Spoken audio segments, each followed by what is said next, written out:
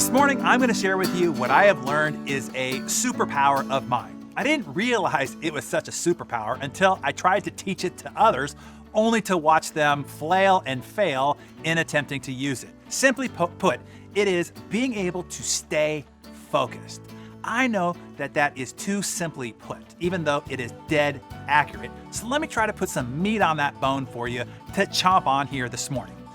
Giving this some thought, I think that the problem everybody runs into is trying to apply and stick to this well-proven strategy. The problem is ego, greed, and fear. Ego because we love being busy. It's a social signal of being valued and important. Here in the United States, this is a fraught hangover from our puritanical heritage. We were taught to visibly and constantly demonstrate our hard work ethic as a way of proving our faith and devotion to God. To be idle was socially and spiritual heresy. This is why we love our endless streams of emails, texts, notifications, tasks, to-dos, attempting to multitask all along the way to hashtag GSD, get more shiitake done. In doing so, we appear productive. Thus, we feel productive. But in the end, the only one you fool is yourself. And what you get to show for most of it is a lack of actual productivity, as well as stress, overwhelm, anxiety, insomnia, and ulcers. Now, greed, because you love every new idea, every new invitation, every new offer, every new opportunity. They are all like shiny objects that you cannot resist. You want more and more, the next and the next. You have an insatiable appetite for more. You are greedy for more. You just cannot say no, no matter how much more hurts you. And finally, fear. You just cannot stand the idea of maybe missing out, of maybe being left out, of maybe not being in the know. So you just can't say no. I know these psychological tugs because I used to be just as subjected to them as anyone. But I learned and I practiced focus long enough to experience its radical results. Results so great, so extraordinary, that I now protect my focus with a religious fervor. Fighting for focus is a constant and never-ending battle because life accumulates constantly. Do your closets get more or less full over time? How about your drawers, or your attic, or your garage? Now, what about your commitments, your tasks, your recurring responsibilities? Do you get more of those or less? How about your meeting schedule, your daily emails and notifications, more or less? What about the number of products and SKUs in your business? How about the number of types of clients that you serve, the number of tech product and solutions you use, etc.?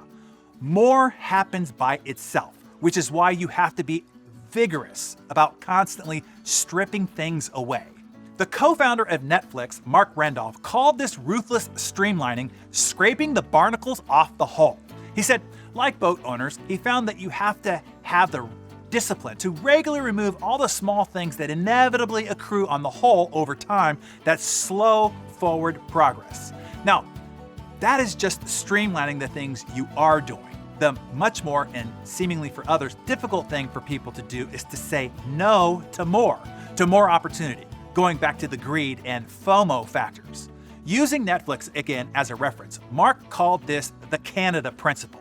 He said, when we were first starting out and we were finally starting to get a little bit of traction, investors started suggesting, you should go into Canada. That'd be an easy 10% bump in your revenues because Canada is approximately 10% of the size of the United States. Mark said, at first you go, well, I guess that's interesting. That'd be pretty easy, just an easy way to get a quick 10%. But then you begin to think about it and you go, I'm not quite so sure about the easy. I mean, for one, they do have different currencies. Some of our DVDs have different rights arrangements in Canada than they do here. And then there's this little issue of language that part of Canada actually speaks French and in fact legally mandates that the materials are in French as well as English. So he said, we quickly realized that if we were to take the exact same effort, as minimal as it might be, that it took to get into Canada and just apply it back on our core business, that we would get a way bigger bump than 10% without adding 50% in complexity. You see, that choice right there and the productivity math around it, that is a choice that I'm constantly making. I cannot tell you the number of times people tell me I should translate and sell my programs in Spanish, license my programs, do a coaching program, go into China, do big arena events, live stream on Facebook or Instagram, or dance on TikTok, or go on Clubhouse, or. And here is the conundrum for most people. All of those are good ideas. They all might produce some result. But, and this is the big old but, not as much as just applying the same effort, because everything costs effort, time, and attention, capacity, life force, and team resources, not as much as just applying the same effort to our core business. In essence, doing less better. And here is what I have found. And for some reason, either people cannot believe it or they just can't seem to stick to it. My results are exponentially greater than contemporaries who are doing a whole hell of a lot more stuff than I am, but only gaining a few yards and a cloud of dust. So I can sit here and tell you this secret, which is not such a secret after all, particularly since I have told you so many times before, and you already know it to be true. The only question you have to grapple with here this morning is, can you do it? Will you do it? And will you stick with it finally once and for all? Your history probably says no. But the great thing about the present is you can make a new history looking back from the future starting today. So tell us in the comments below, what barnacles are you going to scrape off the hole to streamline your future forward progress? Oh, and if you want some help with this, I share the 3 best focus strategies that I picked up after 2 decades of reporting on the most productive and successful achievers of our lifetime.